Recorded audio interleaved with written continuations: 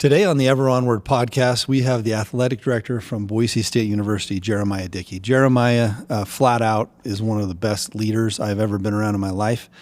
He was named Boise State University's Director of Athletics in 2021. Prior to coming to Boise State, he was the Associate Vice President for Intercollegiate Athletics at Baylor University.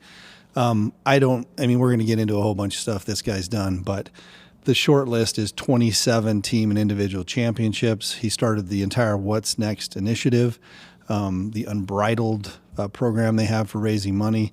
He's raised $20+ million a year for the athletic department in his first 3 years here.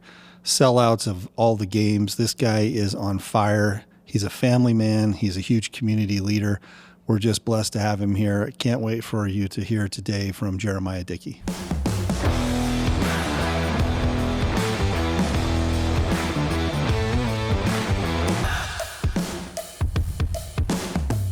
Jeramiah, thanks for coming on. No problem. Thanks for having I me. know you're busy. Yeah, but we're always busy, right? I don't know how you do it. Takes a lot. It's interesting. My wife's out of town this week, and so I have the 3 kids, and it provides great perspective for me. The things that she takes care of at home that I don't have to worry about. My team at the office that is just phenomenal, and how they step up and help. And, it truly takes a team. So pressure's a privilege, right?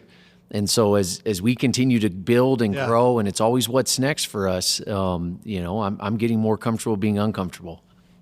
Let's, I've got my list of things to talk about today, but let's start where you started. Tell me about your family. I know above all else with you, it's your kids, it's your family, and you started right there. Yeah. It's God, it's your family, it's your core, it's what makes you go, That's right. and it's your kids. How are they doing? My kids are amazing. I think back to the picture when you first got here. Yeah, I know. Of them on the blue, and now it's been three years, right? All coming up on 4. Coming up on 4 years. It's You're watching them grow up right before your eyes. correct, and it goes by fast. And you're not going to get me emotional on this one, Tommy. I can't say enough about my kids, and they're at a cool age now, 6, 8, and 10. Yeah. Easton the youngest, Eli the middle, and Emerson the oldest. They are coming into their own, that they somewhat understand what I do, and even more importantly for me, they're starting to embrace it. They love the Broncos. They listen to, as my name was out there for various jobs, they're listening to the radio, and there were many nights that they're there grilling were tears. you. Well, they're grilling. They want to stay. They want to be Broncos, and that means more to me than they'll ever know. Anytime you can include your family, and I'm sure you've gone through this as you've risen over the course of time, to have them by your side, and when you can lock arms with people like that, and it just means the world to me. And so they're doing very well. They play every sport imaginable. My daughter's doing dance. They're at Cole Valley, and they absolutely love that. And then my wife, she somewhat operates in the shadows. I'm the energy guy and probably more extroverted, and she's my rock. She's the one who's literally taking care of everything at home. I don't have to worry about much, and she's been a part of this journey with me. Even when prior to us dating, we were best friends, and she was in marketing, in athletics. I was in development. Is that how you met? That's how we met. She ran marketing. She came over with Hunter Yurchek, who's the AD at Arkansas. Okay. We were all at Akron. He came from Virginia, brought her, and the AD at Baylor brought me from UTEP. And that friendship, turned into something else, and she knew what my goals were, and there was never a doubt. She had my back and has always been by my side. It takes a team. Yeah. Your kids, I think of those ages, that you're at the sweet spot, buddy. That's right. It is like those ages are perfect because they're preteen. You're still their hero. You're still everything to them, right? Not that they're.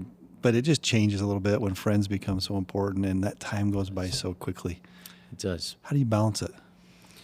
I struggle with it. I don't believe in work-life balance. It's life and how I prioritize it. Yeah. And by the way, that's the right answer. I mean, the idea that it's a bad question because there is no balance, right? It's prioritized. Correct. And how do you do it?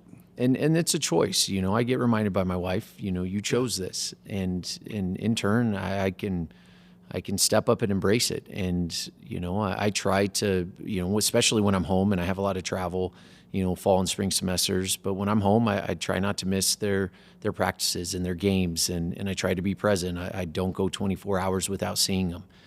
Sometimes there's early morning and late nights, but then I'll stay and tell my team I'm going to have to move that meeting because I want to see them off to school.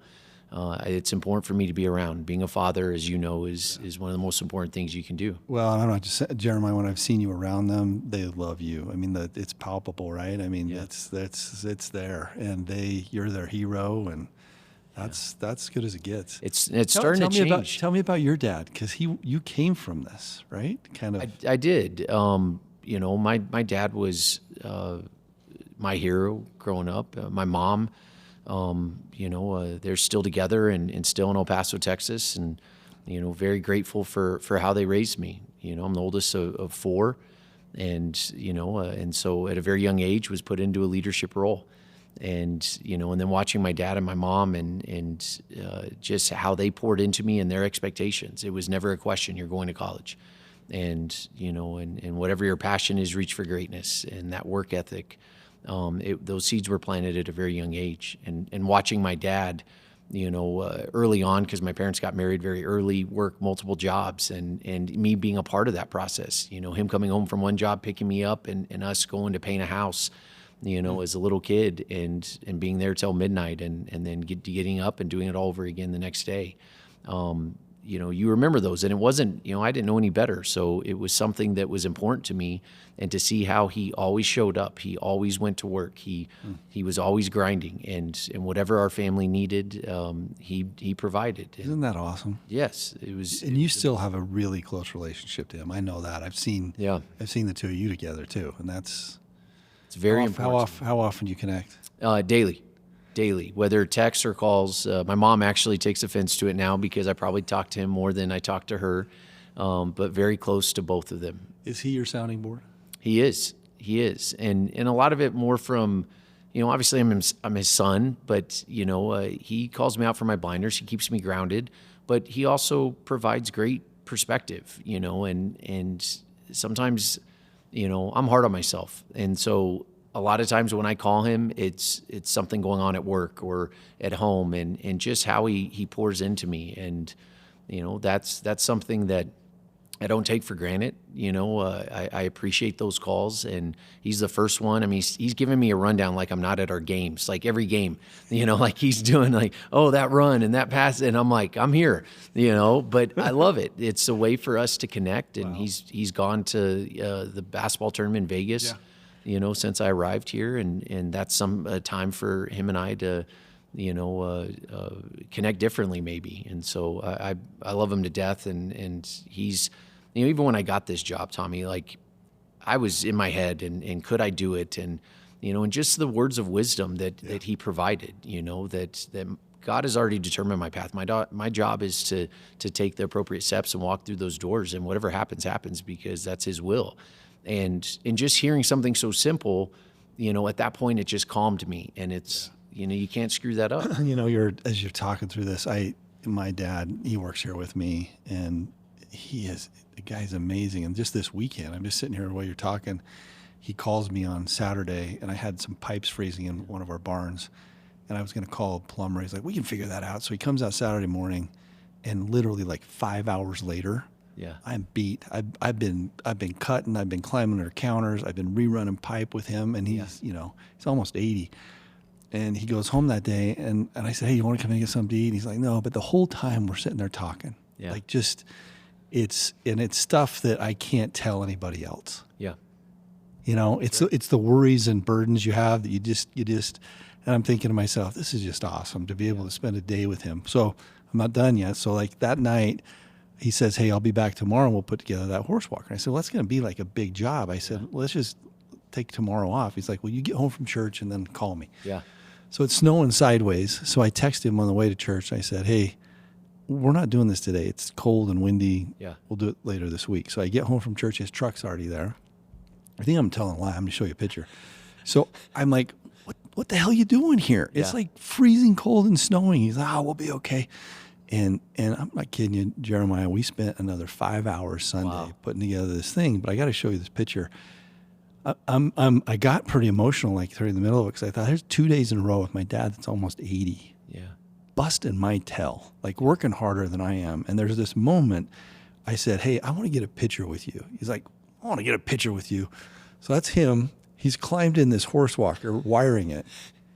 And I'm like, that's my picture. And I thought, man, I just thought about, I hope the day when I don't have that there is a long, long time from now, because I don't know what I'm going to do without it. Yeah, I think about that a lot. Yep, I think about it's that. So much part of my comfort zone and where I go and who I call when you can't call anyone else, and the words he uses, and usually it's not what I want to hear. Yeah, it's usually, hey, you'll be all right. Just get up and figure this out, kind of thing. But it's anyway. Yeah. Great thing. Is that where your work ethic comes from? Jeremiah, I've never, listen, we've known each other for a few years. Yeah. I don't know anyone. I've been around a lot of leaders in my life. Medicine, politics. I've never met anyone quite like you. I never have. And it never stops. Your ability to lead and guide and direct, set vision, clarity of communication. Here's where we're going. Follow me. I believe people follow people, and people follow you. It's incredible. Oh, I appreciate you saying that. It did start with my dad. I remember this was probably 8th grade, and I didn't make the basketball team. I made it, but I was in like a tracksuit, and it was the start of everyone made the team type thing. But I didn't play. I didn't get a uniform. I'm laughing at the tracksuit. It was amazing, and he told me, and something I'm never going to forget. He said, you have a choice. You can accept, or you can work that much harder and prove that you were deserving of. And I remember going back to my head coach and saying, I'm better than everyone in front of me. And he said, prove it. After every practice that fall, and then it went into the winter, after every practice, I would play the guy in front of me one-on-one, and I beat every single one. And I got to starting by the end of the season. And it taught me a valuable lesson, that there's not much in life you can control. You can control your attitude, and you can control your work ethic. And that's always been, the secret sauce. It's a great equalizer. Right. It's a great, it's not, unfortunate. What I do is not rocket science from a day-to-day and a work standpoint. You have to make decisions. It's very similar to probably what you're doing. But how I show up and my level of energy and work ethic, that my hope is that others see that and it pulls them along. And as a leader, sometimes you have to believe more than others when you're going through transition and some of the things that we've gone through. And it's really paid dividends over the course of my career. It's taught me that whatever's in front of me, I'm going to earn it, and I'm going to do the work, and I'm going to make that decision really hard for someone. And that was also a lesson from him. As I went into high school, all the dads would show up to practice, and my dad didn't. And then all the dads would try to get in front of the head coach, and my dad didn't. And I remember telling my mom, does he not think I'm good enough? Does he not care enough? And at this point, I'm at the age that I'm questioning everything in life, and especially my parents. And she said, no, what your dad's showing you is whatever you get out of this, you're going to get it on your own. And it's not going to be because of his support. It's not going to be because of his relationship with that coach or how much money he's going to donate. You are going to earn every single thing you get. And it gives me chills to this day. And I remember thinking, as opposed to sitting there and watching these other parents and feeling bad for myself, it gave me this confidence that I'm so proud that I have a dad that was willing to because I know it killed him. I know he wanted to be there. I know he wanted to maybe offer more support than he was. But he was teaching me a life lesson that I think about today. Big stuff. Hey, let's talk your job. Yeah. 27 team and individual championships so far since you've been here.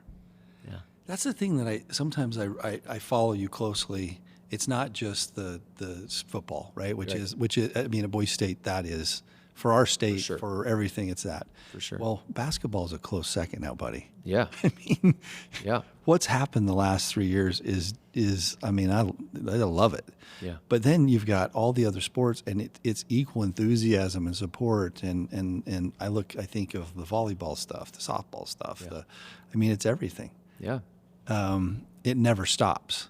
No, it doesn't. It's 365, but that was the plan, right? Yeah. Plan the work the plan. I knew, being an outsider to Idaho, I knew what I was walking into. And this state in many ways was known for potatoes and that blue turf, and that football brand is powerful and very, rightfully so.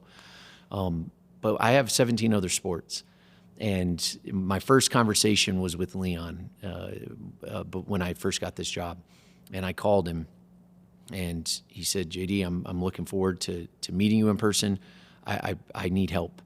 And I said, "Let's have more conversation about that." And I remember that first off season, we went to work. It's Leon. What else do you need?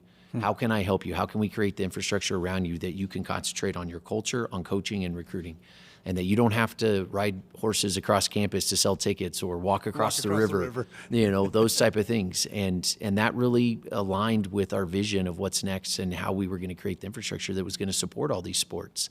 It makes me so proud, as much as proud as I am of football, and the brand is the hardest thing to build. It makes me so proud as the leader of our department when I see an individual women's tennis player in Waco right now competing for an NCAA. When I see beach volleyball getting top 25, and the highest finish in our history. Women's basketball beating Colorado the other night, and Gordon getting his 600th game in yesterday. That makes me proud because that was where the work was. Football, it was, little tweaks here and there, and we had the brand, and we had a lot working for us. The other sports, that was the number one thing I kept hearing in conference realignment. JD, we know about football, but what about everything else? And we went to work, but I couldn't do it alone. I had to have the coaches embrace that, and that we could not live in sanity. We have to look at things differently and allow me to help, and let's go out and find the resources that we can then invest back into these programs. Awesome. Women's soccer winning a Mountain West championship this year. It's really powerful from a leadership standpoint when I can stand up in front of people and actually live it out in action, and our team live it out, that all 350 plus student athletes matter to us and all 18 sport programs, and we have high expectations, and we are here to win championships and compete nationally, and we're doing it. Talk about momentum, because I think I was trying to think when you were coming on today, because having been there for a long time watching some of these sports, and then like the home opener the other night with Oakland at the back, and looking around thinking this is a home opener like on a Tuesday night or Wednesday night, whatever it was, and that place was as full as it would be on the top games 3 or 4 years ago. I'm like, something's changed, but the student sections are different. Both, just the involvement of athletics in all of student life there. I mean, it builds on itself, right? It does. But you started all that. Yeah. It didn't exist. So talk about how I think for people, because there are people listening to this podcast that are business leaders or whatever, but trying to extrapolate what example you are, it's hard at first. Yeah. But it's vision, right? And it's plan, and then it's busting your tail. But at some point, it seems like it's rolling now. Yes. Is that true? That is very true. It seems like people get it now. Instead of me telling you what's going to happen and pleading with you to follow me, it's like, hey, look around you and feel it. Does it feel that way to you? It does feel that way. I mean, and that was part of the plan. I said it earlier, sometimes you have to believe for others. Yeah. And early on, during COVID, and there were so many things that were working against us, but once again, you have a choice. Yeah. And we embraced it. And, a lot of what you're seeing now, it started 3.5, almost 4 years ago.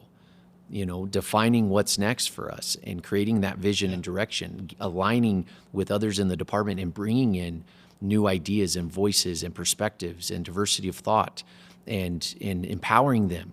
I told our team early on, I can't guarantee success. That is not who I am, but we are going to stick to a process, and we're going to plan the work the plan, and we will define our own expectations. We won't wait for others to do it.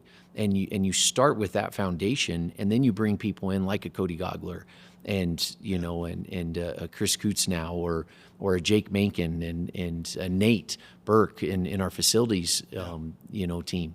It matters. Everything counts. Everything matters. Everything I say publicly, it's a lot less for Bronco Nation. It's more for my staff and my team. And when I first said it, I think some people took offense to it. But then you develop street cred over time because the success comes. And now all of a sudden they're realizing, okay, this does work. Yeah. And Well, that momentum is taken off. it's taken off. It's so fun to watch. Okay, there's so many things to get to with you, Yeah. so I want to make sure we jump around here. Let's talk the Heisman race and what Yeah. Jeanty has done. What an incredible human being he is. He is. I mean, Yeah. you look at the way he handles himself in all these national interviews, Yeah. and the excitement around him. How do you not root for that kid? It's unbelievable. Who you hear Spencer say it all the time, who he is off the field. It's for an athletic director to have a guy like him, and you could even say in basketball at Tyson Degenhart. They're just phenomenal kids, and they care about this place. They care about their legacy. They care about their team, and that's how they lead. And what he's done for us. And I think we all knew. Broncos did. And those who would we knew he was good. Yeah, from day one, you'd see him take the ball, and you'd go, "Oh, wow, Correct. This is different." Correct. No one, I've never heard anyone give this, but it reminds me of back in the day because I'm old of Marshall Falk when I first saw him at San Diego State. And when he'd take the ball, you go, "Oh, this guy's different than Correct. any other human." He had that, but the person side of him, Yeah. who he is and how he represents himself, and by doing so, how he represents the university. What a dream! Oh, you're absolutely right. And I was having a conversation with Spencer, and we were talking about the team. And obviously, you're always concerned about the what ifs. And these guys are in college, but when you have leaders, and Spencer said this, when you have a leader like Ashton, that the team listens to and looks up to, and he's a part of them. He's not, with all the success, it's not like he's this outlier now. He very much cares about his team and his brothers. And that's why they play so hard for each other, and that's a testament to him. And ultimately, you're seeing that play out on the field. Obviously, the Heisman is a big deal. That goes without saying. The fact that we're even in it. What are your thoughts? I mean, it's you read a lot of things, but it's down to him or Sanders, right? I mean, that's kind of what I've heard. Yeah. To Hunter. Hunter. Yeah. Hunter. Yeah. Hunter. Travis. Yeah, Hunter. we're doing everything we can to continue to promote, and Yeah. tell our story, and a lot of the national media is doing it for us because of the season that he's having and the success overall that we're having. I think he has a really good chance, and I think it would be, it's so hard to compare two different positions like that, But I look at who we are as a team, and if we were to remove him, and how much value he brings on top of the records and what he's doing on the field.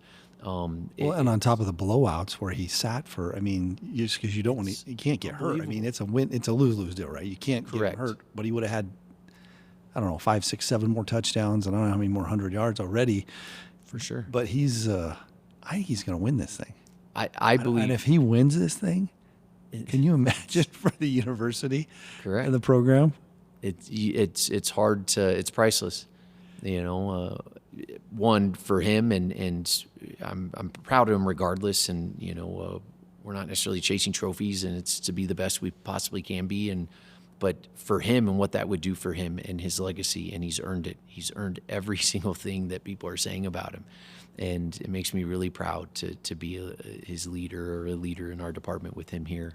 He runs so hard, Jeremiah. He does. It's unbelievable to watch him just do what he does. Playoffs. Yeah. Football playoffs. I mean, it's what do you think of the rankings that are coming out? I mean, there's just another one. I mean, I think there's some bias for sure, right? Yeah, there is, and that's something that we've always had to battle with that. Yeah. I do think that we're going to get in tonight's projections. I do believe we'll get the bye. And that's important to us. We're relevant. People are talking about us, and I can't even put our team's working on it, but the number of national mentions overall that we're getting because of this run, and but it's also important, and it ties into the want to know what's next mentality. We have Wyoming, and we're going to control our own destiny, and we're going to be our best, and that's what's next. But I am looking forward to tonight to see where they put us. Yeah, well, if you get a bye in the rankings now and don't have a misstep, I mean, can you imagine getting a bye in the inaugural tournament of. I mean, I just can't even imagine that. Yeah, I balance it out. I mean, what's more value of getting a bye and going to one of those bowl games or what have traditionally been bowl games, or hosting at home on the blue, which would be amazing. But Let's get everything happens for a reason. Yeah, Go. control what we can, and I'm interested to see where they put us. I got a little nervous Saturday. So did I. Yeah. I never lost faith, but I mean, who's the coach? Their coach now from Navy. He's a good coach. Very good coach. And when they were up 2 touchdowns, and then when he went for it, instead of kicking that field goal, I thought, I don't know about that, Kenny. Well, that was one of those things that they had momentum. Yes. And we knew that it was going to be a war. He's a very good coach, and they're a very good Got team. a couple great receivers. They do, that we'll see playing on Sunday, and so it's a testament to them. And but that was a big play in that game, and our defense stepped up, and it's bend don't break, and the turnovers that we got throughout that game, and just how we flipped it. I think it was 42-7 in terms of the run that we went on, and it was both sides of the ball, and it was multiple positions making plays, and that's our mentality, and that's our team. Yeah, they're so good. Well, what a year. Yeah. I mean, what a year, and I think it's I don't know. I don't want to get ahead of myself because you got Oregon State, which is going to be a big game, right? But It will. anyway, that's cool. Let's talk about conference realignment. I can't wait to hear. Can you talk about it? Yeah, I can talk about it a little bit. What I know. What a ride. Yes. When I first got here, and I think you and I had some of these conversations, my job was to best position us for what was next in the future. And I do think football is going to break away from the NCAA at some point, and I'm projecting at the end of this decade. And some may agree, some may not. But, if you're reading tea leaves and as a leader, it's somewhat challenging right now. There really are no guardrails, and it's somewhat day to day, but I'm trying to get ahead of that. And that ties into a lot of our decision making. And when you look at the Pac-12 and what that is to us, and we talked about momentum, that is still a brand that has a lot of power. Oh, yeah. And it's recognizable, and especially in the regions that we recruit. And we've seen an uptick across the board in all 18 sport programs, and and that's important to us. It just was announced today that the Pac hired Octagon to help with the media rights negotiations, and I think that shows you how serious this is. Can you speak? It was interesting watching it go down. Yeah. And watching Washington State and Oregon State just kind of hold tight. Yeah. That wasn't very intuitive. Yeah. You know what I mean? Yeah. I mean, everything's collapsing, and I think they knew legally where they stood and dollars and why it made sense to stay, but they played that pretty well. They did. I think they have similar competitive excellence expectations. If whether they agree with me or not, if we can all position ourselves and be that much better than we were yesterday, that gives us that much more of a chance and hope. And hope is a powerful thing. We talked about CFP and the fact that we even have a shot. In the past, those great teams that the Broncos have had, they didn't even have a shot for the most part. We have a shot now, and when you look at the Pac-12 and them holding the line like they did, and I can't speak specifically about how they got to those decisions, and but I do. I think they, knowing those ADs, they want what's best, and they have fan bases that are very supportive, and they want to better their situation, and I think we all did in this process. You probably can't talk about like the recruitment of you guys or anything like that, but I'll bet it was crazy. It was one day I'm going to write a book. It was a crazy few weeks, and but that's somehow how our industry is. We don't. It's not like, one, they give me a template to follow, and two, that this had been going on for years. And, we always knew conference realignment was a thing. It's still going to be a thing even after this. And, I look at TCU and how they bounced, from one conference to the next, and they just kept elevating. And, and I'm not saying we're following a similar strategy or formula, but, it was a crazy time because, my job as the leader of our department and Bronco Nation in general is to continue to do the work that puts us in a position that these opportunities come up. And I think that was a testament to the work that had already been done and the value of our brand and how we've elevated it, that it was a no-brainer for them to come to us. Yeah, no-brainer. I remember back in the day, and I'm sure he was okay with me saying this, but Custra, when he went into the Big East and then back out, I remember going to lunch with him. It was right in the middle of that, and he told me the story of how they met in an undescript hotel. Like they all checked in and like secretly and kind of met in a room, and it was this crazy story behind it. And then I'll never forget me just sitting there thinking, this is like so cool. You have a great job. Yeah, it is. I sometimes have to remind myself of that, to have some fun and enjoy it, but yeah, it's the things that we get to do, and I'm very grateful. I mean, you're like college football playoffs, Heisman Trophy winner, hopefully. Yeah. Conference realignment, high stakes. I mean, you don't ever need to go to Vegas. No. Because every day's a gamble. Preseason Naismith with Tyson, picked to win our conference, beating Clemson. I mean, it definitely, that dopamine hit, I'm not sure How what was I the would do if I Clemson ever game? get out. Oh, it was amazing. It was right during my church. I was going to say, I stopped by to come see you. Well, I actually said to my wife, I'm going to the game Sunday. And she looked at me and says, no, you're not. You're coming to church with me. And that was it. Yeah. So I gave my tickets away, but it was hard. It was a great game. I heard it was great. Yeah. To see what Leon's building. And it's not just one person, we had multiple guys step up. Our bench outscored theirs. And it was a battle. Like, Clemson's a good team. They had that guard Hunter, I think his name was. We couldn't stop him. He was a tough player, and they guarded Cardenas well. And but those are the type of wins that in the past maybe there wasn't an expectation, but now Leon goes in and our fans expect it. I really like Cardenas. I really like Anderson for a 7-footer. I mean, and then you've got Degenhart and Stanley that are just incredible. Meadow, he had Meadow. Great that game. Guy is like, he's going to catch some national attention at some point. Yeah. He's just he's a freakish athlete. Yep. Shoot the lights out, and he looks like Rambus, except for longer hair, right? That's right. Yeah. I mean, he is so fun to watch. Yeah. He is so fun to watch. Expectations are high for them this year. But the Mountain West, last year, the whole conference was so good. Yeah. I remember, I've been a huge basketball fan my whole life, but I don't ever remember like going home just looking for a Mountain West game, and it didn't matter. Yeah. I just wanted to go watch Mountain West basketball.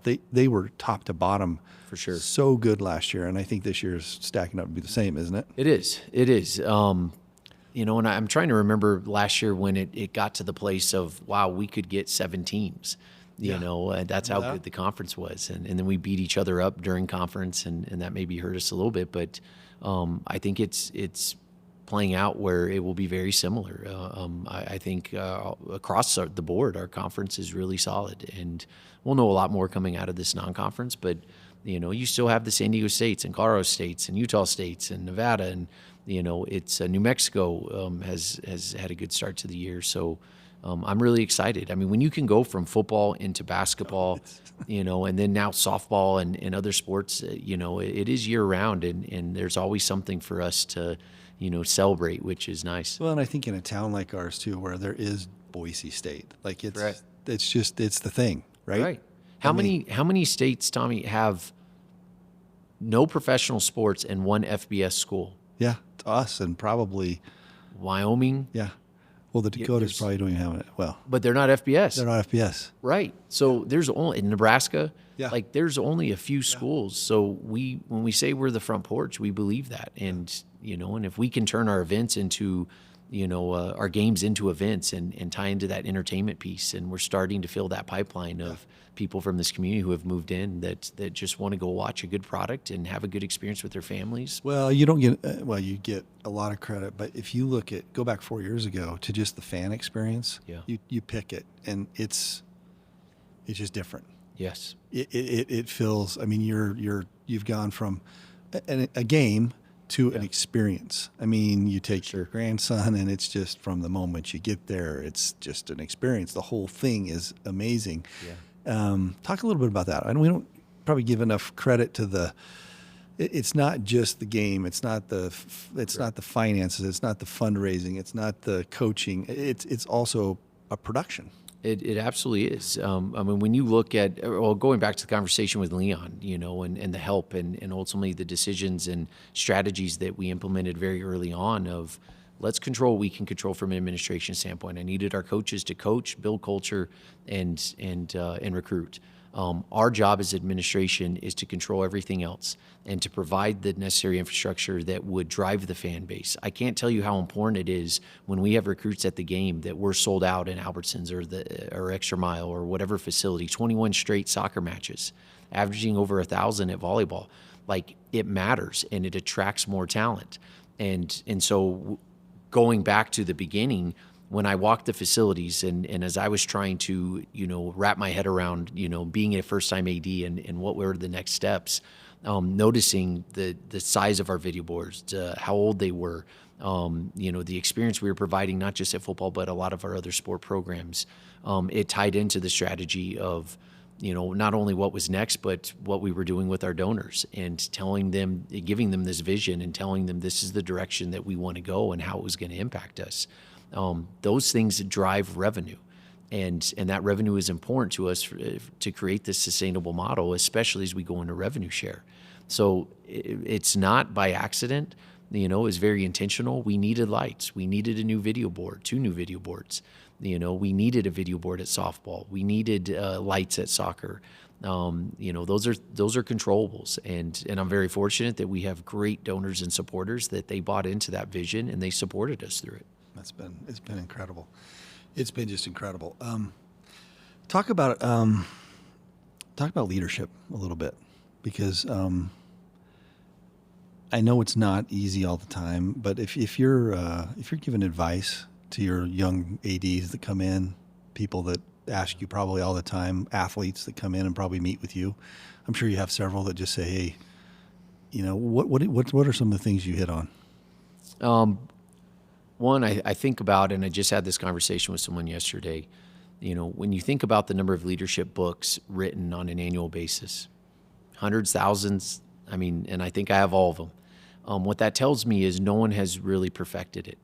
Leadership is extremely challenging. It's difficult. It's hard. And so part of that is you have to be kind to yourself. You have to show yourself grace. And that was an important part of my process in learning how to be a better leader. The second thing is you're never a finished product. I will always learn something every day, every month, every year that will impact how I lead, and that doesn't end until the day I die. And if you approach it, it's absolutely true. I think a lot of people think you arrive, and you don't. No. And you always feel inadequate. If you're not feeling inadequate, you're probably not doing enough self-assessment. That's right. And if you don't think you have any more blind spots, you probably aren't looking for them. Yep. And it's kind of like this never-ending quest of improvement, and wisdom comes from bad experiences, and you're always having those, right? Correct. And so hopefully if you're reading and studying and watching podcasts or whatever you do to enrich yourself, and then paying attention and have some people around you telling you, hey, and I like the grace part. I haven't heard anyone really articulate that like that, but giving yourself some grace, because it is a process. I would agree. And when you think about, most leaders, type A personalities, and my biggest critic is myself. Yeah. I am harder on myself than anyone will ever be on me. And those conversations with yourself, negative thoughts come quick. You're not enough. You're not doing enough. You failed at this, and that was whatever mistake. And it takes for every 4 negative comments, for every 4 negative, comments that come, you have to counteract that with the positive self-talk. And that ties into the grace. We are human. We are not perfect. I'm going to make mistakes. I have made thousands of mistakes, and part of that is me owning it, but I also think it ties into me being a leader, that if I can be my authentic self and I'm truly a servant leader, which is the standard I hold myself to, that allows others to have grace with themselves, and it relieves pressure from the team. And if I can go to my team and say, you're going to get the credit. Whatever you do, you will get the credit. And if you fail, that is mine. That is my job as your leader. And I will stand in the gap. I will take the bullets and I will have your back. And I've seen it in the department, just everyone take a deep breath, and it just empowers them to continue to go. And a lot of that starts with my own conversations with myself of, you're not perfect. You're going to make mistakes and it's okay. And then how I embrace that and handle it, it does me no good. I give a lot more hugs and high fives than I have to sit awesome people stuff, down. JD. That is like high level stuff. You should write a book. I don't know. One day. One day. Yeah. One day. Talk a little bit about the importance of social media in today's marketing, because I think for your platform and what you do and how you pump up and get awareness and everything else, I think it's been I think when you first got here, it's like, oh, wow, this is effective. So one, it's been super effective. Yes. Two, it comes across very authentic and genuine and motivating. Talk about the importance of that, because I think you're taught a master class on it. Well, I appreciate that. So when I first arrived, once again, we were in COVID. 90% of my staff was at home. I wasn't allowed to go. It was a non-traditional process becoming an AD, so I didn't have the happy hours and the receptions and being able to speak to people. Everything was Zoom, and so social media became a solution for me to connect with Bronco Nation. Yeah. And I knew about being blue collar, and that's how I was raised, and that was important to me, and that was a big part of why I was here. It provided me a platform to let people know who I was. And to start telling them that vision and direction and what's next in terms of our department. Had it always been part of what you did before that, or did it really accelerate once you got here? It really accelerated. It started probably at Baylor, a little bit at Houston. A lot of ADs, I think, struggled with it, because it's harder to control messages and the number of naysayers and what I call energy vampires that come out of the woodwork. That's the devil face that I always put on. That's smiling at the energy vampires, because I'm not going to let them take our positive momentum. And, so I didn't do it as much. But then once I was in that chair and looking at the impact that it could potentially have, and understanding that I had a $20,000 advertising budget, how else was I going to get out this message and tell our story local, regionally, and nationally that would really impact? The social media piece, I've created a monster because now I have to continue. But there was intent behind it, and it really took off. And now you're seeing our coaches, and you're seeing student athletes, and you're seeing our staff. We're all an extension of each other. And the more we can tell our story, I can monetize that. And that was important to us, and the rest is history. I mean, now you see us and you see the wins we've had across all platforms. A lot of it started with that intentionality and that strategy of we have to tell our story. We can't just depend on the past and the Fiesta Bowls. We need to get out in front of this and be more national in that approach. And so it's not just doing podcasts. It's talking to national media. It's creating those relationships. And, I'm probably still somewhat of an outlier in terms of athletic directors that utilize social as much as I do. But I think it really has benefited us in a number of ways in creating some of that momentum, like Lyle Smith. And, we just keep telling that story. Matthew and I have talked about this a lot, because in, this whole technology revolution caught most organizations flat-footed, because it happened quickly. Way quicker. If you look back in the history of America, like big changes that came along, most of them were just slower to be implemented, and you had time to get your feet underneath you and figure it out. And this one really wasn't that way. And it seems like when you look back now at people, and I use you as a prime example of this, that have been very successful with it, it all goes back to authenticity, though. Yes. You know what I mean? It goes back to, can you use this new medium to express your authentic self, your feelings, your vibes, the way you approach life? And if you do, that resonates with people in a way that now you can go past these traditional media sources and go straight to them in a way that they're like, oh, wow, I get this guy. I get this place, and I love it. I think it's a case study on, but I think if anyone tried to do it that wasn't authentic, I don't think they'd be able to do it. Now, if they could figure out a way to channel their authenticity into it. But I think you've uniquely done it. I don't think it's kind of like, I don't think a lot of people could do what you've done. It's You make it sound easy, but you were really good at it at the right time. appreciate And I think you'll be an example that everyone looks at and say, man, I want to do that. Well, good luck. It's hard. Yeah. Right? It is hard. It takes a lot of time. And we talked about family early. There are moments that I know announcements are coming and we're constantly trying to create momentum. And I'll tell my kids and my wife, like, I have to send this out. And it's a lot less about me. It's more about the impact that it potentially could have. If I could sell one more ticket, if I could get one more donor, if I could, impact someone's experience, if they can feel heard, so much gets lost. We have 8,000 plus donors now. We're selling out games, and we're talking about thousands upon thousands of people. I don't have enough hours in the day, but I can acknowledge when someone tweets at me that, JD, this wasn't up to par. I hear you. I will find a solution. We will find a solution, whatever it is, and what's next. And I think that created this comfortableness of, I don't care if you're $1 million donor. I don't care if you're a dollar donor. I don't even care if you're really a donor. The way to connect and hopefully in an authentic way to get them bought into what we're doing, it is paying dividends, and I'm really grateful. And plus, ancillary to this, we've come up with a number of ideas just based off our fan base. Have you guys thought about this? And so I use it as somewhat research. What do our fans want? My job is to deliver. I don't, yes, I'm the AD and I understand the hat I wear, but my job is to serve. So if we're not providing an experience someone wants, how do we do that? And that's the authenticity that's what I'm talking about. I mean, what a way to reach out to the people that are most passionate about you, Bronco Nation, and feel like they have a connection to the AD.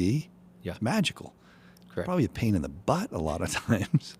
Because some of, like you call it, the energy suck, and you just got to be a little bit careful. But you balance that masterfully. Because I'll look through and see it. I'm like, gosh dang. And I got in trouble one time for talking about the pajamas and the whole thing in the basement with Prater, and I'm never doing that again.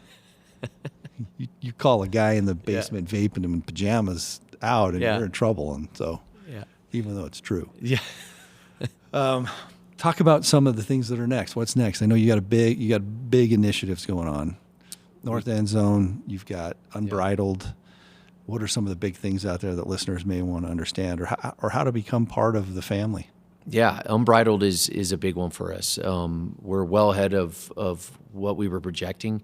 I mentioned we have over 8,000 donors. We're on track to get to our 10,000 donors by December 1st of 2025. We should reach it much sooner. North End Zone facility will go in front of the state board this December, and we'll get approval, or the goal is to get approval on our financing package, and so we're off and running in that space. We're still looking at a new turf for the Blue, new outfield for softball, new pitch for soccer. These are all really what I would call deferred maintenance projects, but that impact the play and our competitiveness that we're going to continue to pour into these other sport programs. And then we're continuing to work on the Ox Gym and what that project is going to look like for men's and women's basketball. And then, as we had envisioned, or what our vision is at this point, that North End Zone should domino into the east side of the stadium and into Extra Mile. We are well ahead of our fundraising initiative, and that's going to create opportunities. We sold out all season tickets in men's basketball. Yeah. We have to create more premium space so we can monetize and create the sustainability of the department, because we are going to be sharing revenue through Bronco Pro, which was also just announced. And then I'm sure you saw today we announced Post Malone, on the Blue. And those events are great for the community, but they are so important to us because we don't budget for those events. And so that is huge when we look at our revenue Do you have a generation. team that goes out and tries to attract those, or how does that work? So we're in a partnership with Extra Mile, and so they have a seat at that table. And then Nate Burke and our facility ops team, we want to utilize our facilities as much as we possibly can, especially with the upgrades that we've made, video boards, lights, et cetera. And so they're on working with promoters and trying to drive as many events as possible. So we have a handful of events that we're working on, and we'll continue to work on. The goal is to have 2 to 4 every year. on the blue. They're so fun. Yeah, I mean, it just So provides a for the great community, and experience. It's a win-win, right? 'Cause you make some Correct. money And it feels usually those events, because of the weather, they're in May and June when we're traditionally down in the number of events we're running through Albertson. So it's the perfect timing for it, and it allows us to continue to pour back into the department. It's awesome. It's great. Well, as usual, we went really, really fast for time. I just want to tell you how much I appreciate you, your example, your leadership. It's been really fun to watch how you've affected this place and what it means to the community. I mean, you think of the financial impact Yeah. of the university. And I know, we live in a pretty challenging environment too with the legislature and kind of the way it funds higher ed. And Yeah. you get inadvertently mixed up into some stuff that is just completely, you talk about out of your control. It's out of everyone's control. And to navigate that and to do what you've done from fundraising and then the jewel it is for the community to have the university. It's really, I remember back when I did, right after we did 8th and Main, we went across the street and did City Center Plaza. And I remember the very first time going and meeting with the computer science department to pull them off campus. And I remember that first meeting did not go well. They're like, well, what? How's this going to work? But I think of how the university is it is Boise. It's a downtown university with a river and it's a location. No wonder kids want to come here, right? I know that's a big part of the program too, with out-of-staters coming in and tuition and just the ever-changing landscape of higher ed. Yeah. And how much athletics plays into that. And then how much grief you sometimes get at the state board, man. Well, what I will say is, look, we are the front porch of this community. I do believe that, and I do believe we're doing an economic impact study as we speak, that we provide tremendous value to this community and state. But I also know that there's ownership on my part in terms of telling our story and getting in front of the right people. I can't say enough about Josh and a lot of our state board members now and their willingness to talk and to understand what we're not necessarily challenged with, but the opportunities that we have. When you look at revenue share and what college athletics is becoming. And the onus is on me to be able to get in front of them and tell that story appropriately to where they hear it. And and we're going to continue to do that. It takes a team, and I believe so much in this community, Tommy. Like, I love it here. I absolutely love it. My family loves it here. And, I've told you that before. And anything that I can do that will positively impact that and continue to pour into the 350 student athletes that I care very much about, I'm willing to do the work. And I know our team is too. Amen, brother. We're blessed to have you here. And thank you so much for coming on and sharing with us today. I appreciate the opportunity. Thank you. Go Broncos. Go Broncos. Thanks, everybody.